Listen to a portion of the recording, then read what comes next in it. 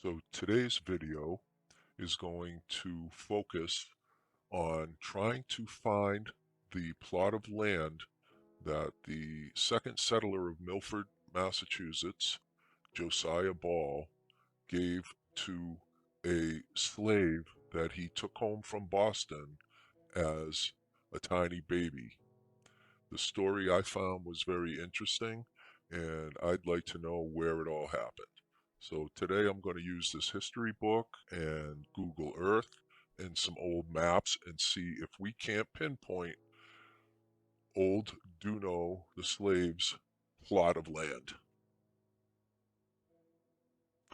So the first passage we find in Aidan Ballew's History of Milford about Josiah Ball is here. Peter and Josiah Ball, brothers, were natives of Watertown. In 1731, June 5th, they purchased and took a deed from William Brewer of Boston of several adjacent parcels of land in the North Purchase, east of Maspinock Pond, alias Long Pond, bordering northerly on the Hopkinton line. All the parcels amounted to 199 acres and 112 rods, to which belonged a mansion house, and also a 2-acre right in the town's common lands after the 8th Division.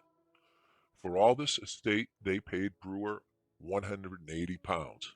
At that time the North Purchase Road towards Hopkinton was an imperfect bridle path, but the selectmen of Mendon laid a 3-rod way that very year, October 5th, which commenced at the Hopkinton line and extended as far south as the Ellis-Sumner place, perhaps a little this side. So let's take a look at the area in question here. We're at the town border between Hopkinton and Milford. At the time that we're talking about, Milford was not yet Milford. It was actually a part of the town of Mendon, which was the original town here that split off many of the other towns. They call it the mother town. But now it's Milford, and this is the original settlement area of Josiah Ball and the area of the plot of land that I am trying to find.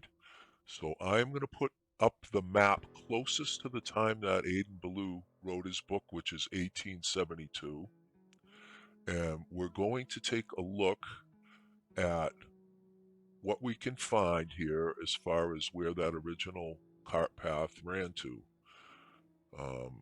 So it says here they laid a 3-rod way that very year. It commenced at the Hopkinton line and extended as far south as the Ellis-Sumner place, perhaps a little of this side. So let's take a look and see how far down the Sumner place might be. Here's the Hopkinton line, and we're going to try to see if we can't find on this blurry map somewhere where we'll find a Sumner, the name Sumner. And right here, I have Sumner. So it looks like this was the original road, and it ended right in this vicinity here.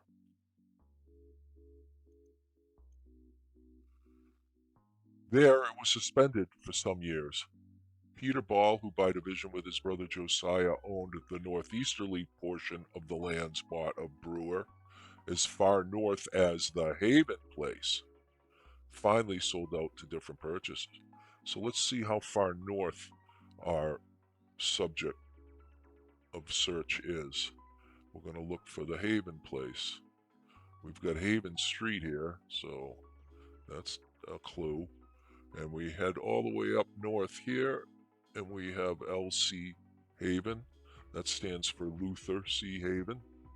His name's going to come up a little later on in our search as well. So we know that the Ball, Peter Ball, who owned the northern portion, owned all the way up into this vicinity here.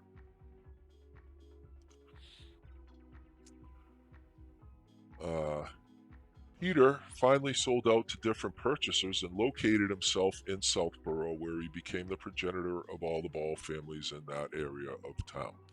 Josiah Ball Sr. gradually absorbed into his possession parcel after parcel of adjacent land till he must have owned several hundred acres, which he settled on his children. But I am told that as of the writing of this book, it, none of it remains in the hands of his descendants, at least in the male line.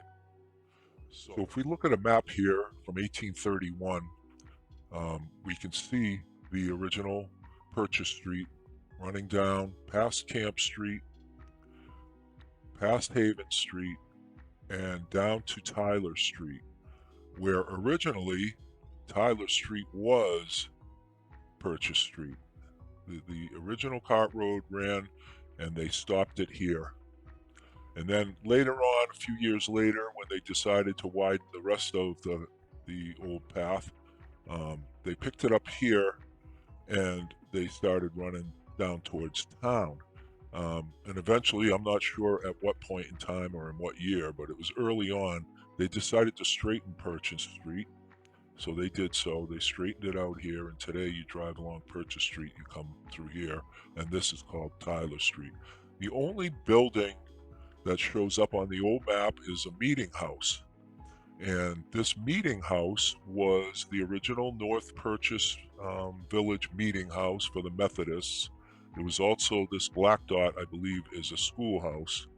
And if we take a look at the history of Milford by Ballou, we can see here that the North Purchase District, according to tradition, had first a little schoolhouse that stood on the old road, now Tyler Street. So even in 1889, when he wrote this book, Tyler Street had already been separated off from Purchase. Next, it built one that stood near the Methodist meeting house above the John Cheney place on the east side of the road. I taught school in that house 2 winters, in 1824 and 25, and 28 and 29. It was then common fashion, perhaps 30 by 25 feet in dimension, posts of tolerable height, with a small porch and a chimney at the north end. It had ample open fireplace for heating purposes, which in cold weather consumed enormous supplies of wood, sometimes half roasting the nearest sitters and leaving the most distant to shiver, except when permitted under a please sir request to take their turns for a warming. That house would seat in the style of those days 75 or 80 pupils. I have tried in vain to learn the date of its erection, probably between 1800 and 1810, and it burnt about 1830. So here's some more information on the Methodist Church meeting house, schoolhouse, firehouse. The Methodists were organized in the North Purchase Schoolhouse on August 28, 1811. The first meeting house, measuring 34 by 30 feet, was built in 1815 near the present firehouse on Purchase Street. It was furnished only with benches. There were no cushions, carpets, or stoves, but there were plenty of ventilation through the cracks in the floor. Cold and ice were considered harmless to a Christian whose heart was warm. There was always a great controversy over the camp meetings to see who could provide the best facilities. The greatest conflict was between Father Claflin and Father Parkhurst, as they each would try to outdo each other. The last meeting in the North Purchase was on March 5th, 1843. On October 23rd, 1860, the church burned. Okay, so let's take a look at what's there today, what's left of the old Methodist meeting house, and see if we can find anything there at all. Okay, so we can see it remained kind of public land, and eventually at some point in time, not sure, I'll have to do a little research on that, but they built a firehouse on the property, and that old firehouse still stands today. But this is the area where that schoolhouse Aidan Ballou just spoke about. This is where that stood. All right. So now let's take a look at Josiah Ball's descendants. We're going to go to 1851, And we will see that we have here John Chaney, and now in 1851, this isn't a school or a meeting house, it's a church. Okay, so we've got a church in the village here, John Chaney's brick mansion right here, and also a bowling alley. That's surprising.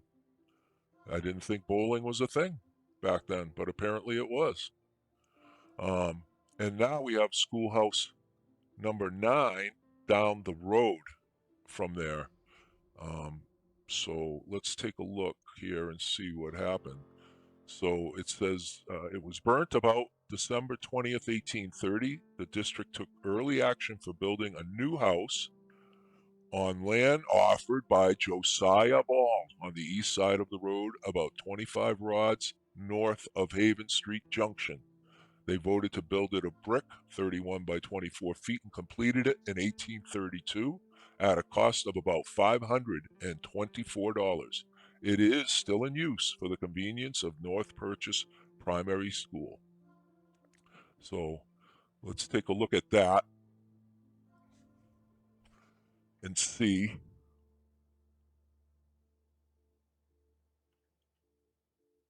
what that looks like today. Hopefully our map is lined up closely enough. Whoop, lost it.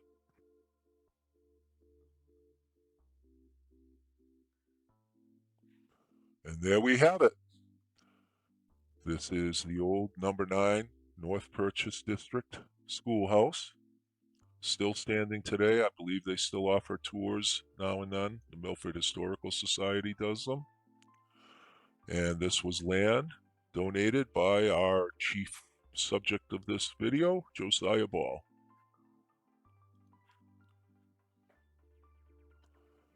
And if we go down the road a little bit, 70 years, let's see, this is 1851. So, yeah, we're looking about 70 years after Josiah Ball settled. You can see his sons, his grandsons, and great grandsons have all settled in this area, and they all owned homes. Mrs. Ball, I'm going to assume, is the widow Ball. And we've got Zenas E. Ball, that's a great grandson of Josiah Ball. Homer, another great grandson. Homer had a store, apparently. So let's just take a look at a couple of these and see if anything's still remaining. This looks like it was one of the original houses that's set apart from the others. Zenas Ball.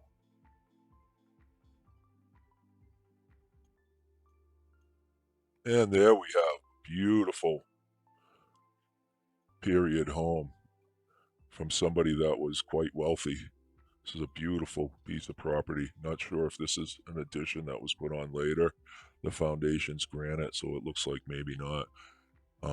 So this would be Zenas E. Ball's house. We've got H.T. Ball store over here. Let's take a look if the store is still around.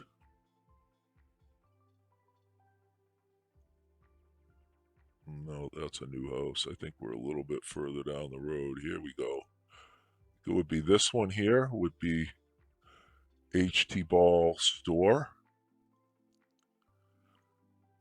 Foundation is stone.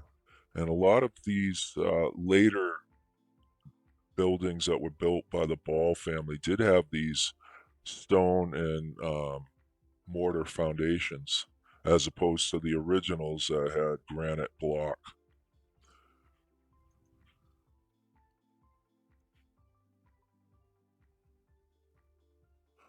All right, so we can take a look at the John Chaney place. That's a beautiful brick mansion, is still standing today. John donated the land over here that was used for the meeting house, and he was one of the original people in this area. And this beautiful old brick house still standing today. is a really nice example of the architecture of the North Purchase Village. This is one of the probably the most spectacular house that was built here back then. So Aiden Ballew's history book doesn't really tell us where Josiah had his homestead, which is funny because in his book, he does a lot of times state who the current owner of a plot of land one of the founders was on, but in this case, he really doesn't.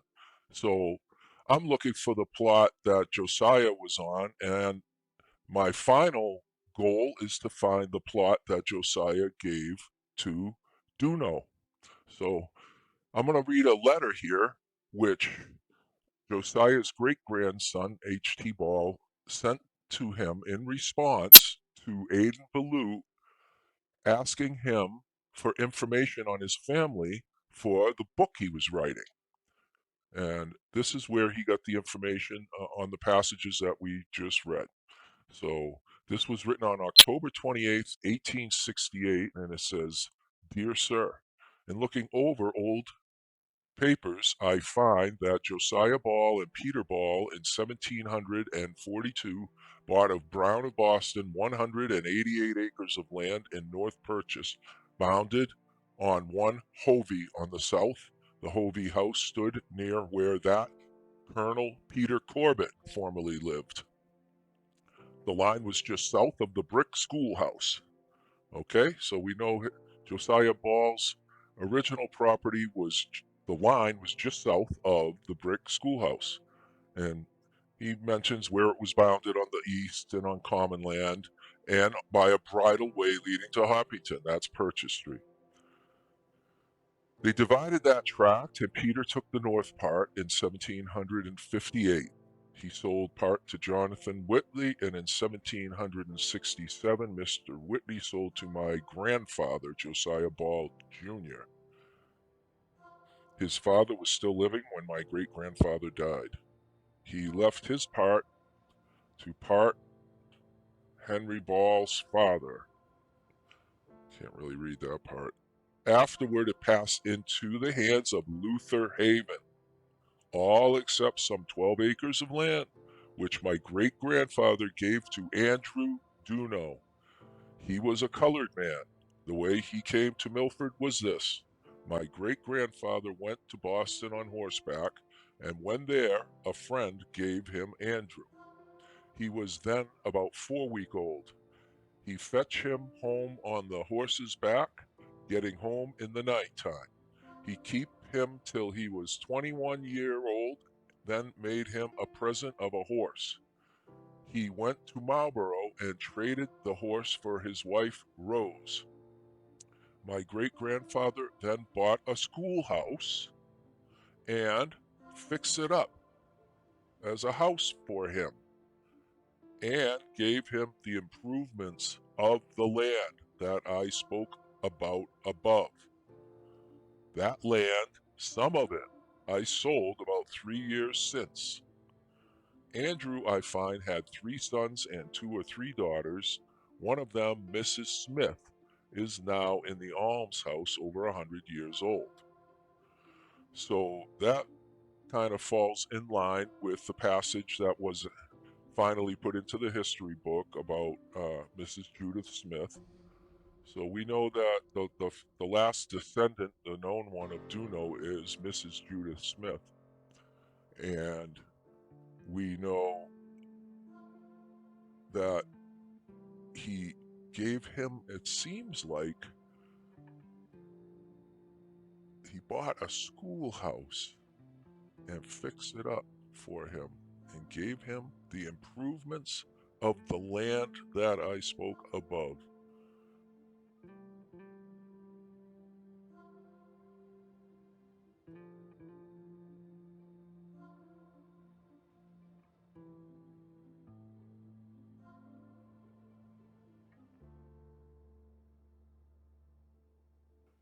So that doesn't really give us the information I'm looking for on where Josiah Ball Sr. had his homestead. So I'm back to Aidan Ballew's book here, and he's talking about the slave story. And he says he was one of the first settlers of Milford, having built the second house in town, occupying the site upon which Mr. Richmond Stone now lives on Purchase Street. So let's see if we can find a Mr. Richmond Stone on Purchase Street anywhere. I see two of them. Ooh, that could complicate matters. All right. Well, we have an R stone here, and we have an R stone here. I'm not quite sure which Richmond Stone house would have been his homestead. This one's kind of set apart from the rest, but it's going to be hard to tell. We're going to have to do a little bit more detective work, I think.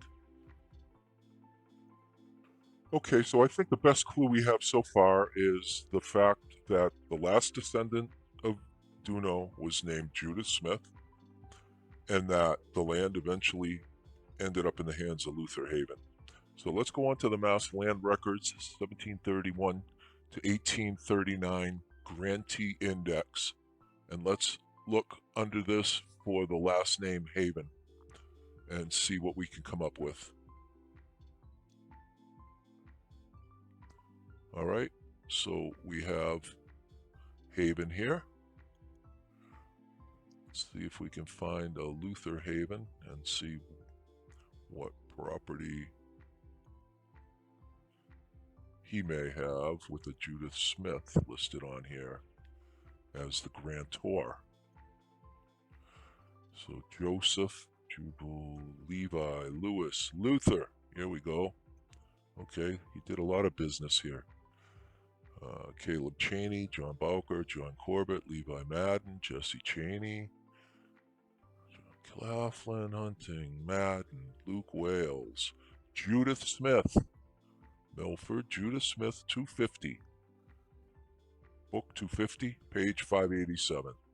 All right, we're on to something here. So let's look up our unindexed property, 250, 587, and see what we come up with here.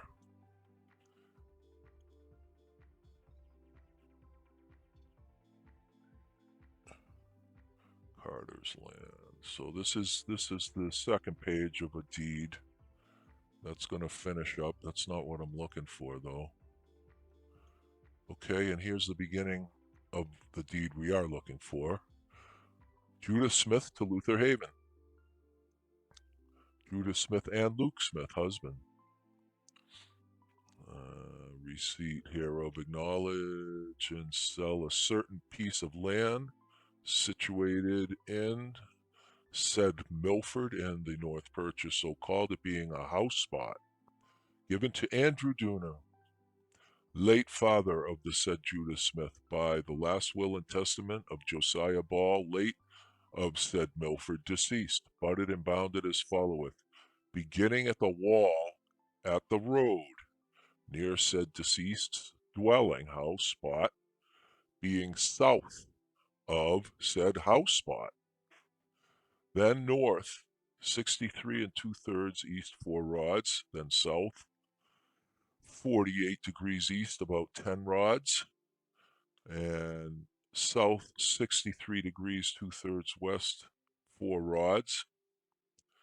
So 4 rods is about 66 feet. So that's a front lot on the road, and then it runs backwards north 48 degrees west 10 rods to the first bound being of parallel with. I'm going to have to go to the next page to read the rest of it.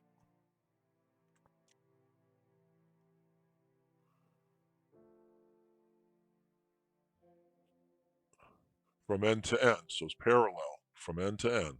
containing 40 rods of land by measure, including an old house on said premises. So, just as a reference, a 40 rods or 40 square rods of land would be about a quarter-acre lot, basically, in today's terminology, um, with the old house on the premise. So the land started at the old wall and went north.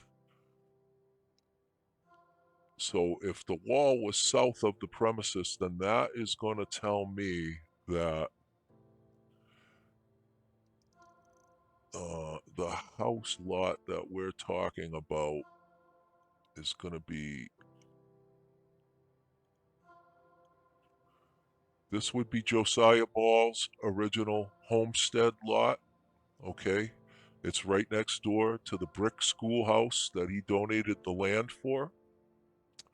And she said it started at the wall, which, if we drop this map completely out of here and take a look and see if we can't find the wall, which is right here. So beginning at the wall and running back, I am going to say that this Duno's land was somewhere in that vicinity, and probably about this size of a lot, about 66 feet. And if we look at this polygon, as far as measurements, it's about a quarter-acre lot. So I think we've solved the mystery. We found Duno's lot. Now, granted, that this is just a half-acre lot, and the story goes that he gave him 12 acres. So where this is a half-acre lot, I'm sorry, a quarter-acre lot, then where is the rest of the land? Or was it less land and that's just rumor that he gave him that much land? I'm not sure. The only way we're going to tell is to go to Josiah Ball's actual will and testament and see what he left to Andrew. And I've actually found that, Worcester County, Mass, probate files. And I've got to the point in the long will that he left, where he bequeathed stuff to Andrew, and it says, item, I give and bequeath unto Andrew Duner, a Negro man living in Milford, aforesaid, a small room in my dwelling house, it being the east part of my house from top to bottom, with covenant room about the house to improve said house in his lifetime. Also my will is that said Andrew may, if he pleases, remove said part of the house and chimney from where it now stands, or sell and dispose of the same after my decease. Furthermore, I give and bequeath unto said Andrew Duner, to him and his heirs forever, 40 rods of land lying south from my dwelling house for a building lot, beginning at the wall. So this is the quarter-acre lot. 40 rods, that's the quarter-acre lot that we just found. Running northwesterly along the road, the said Andrew shall have the liberty to use the well and barn room for his hay and stock during his life.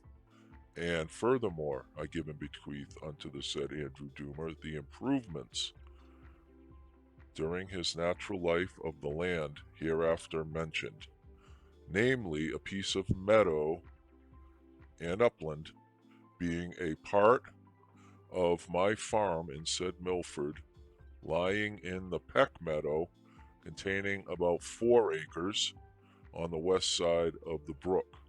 Also use and improvement of the north part of my orchard, lying on the west side of the road, beginning at a stake and stone at the wall near the road, and then running westerly to a stake and stone at the wall of the west side of the orchard. Also I bequeath unto said Andrew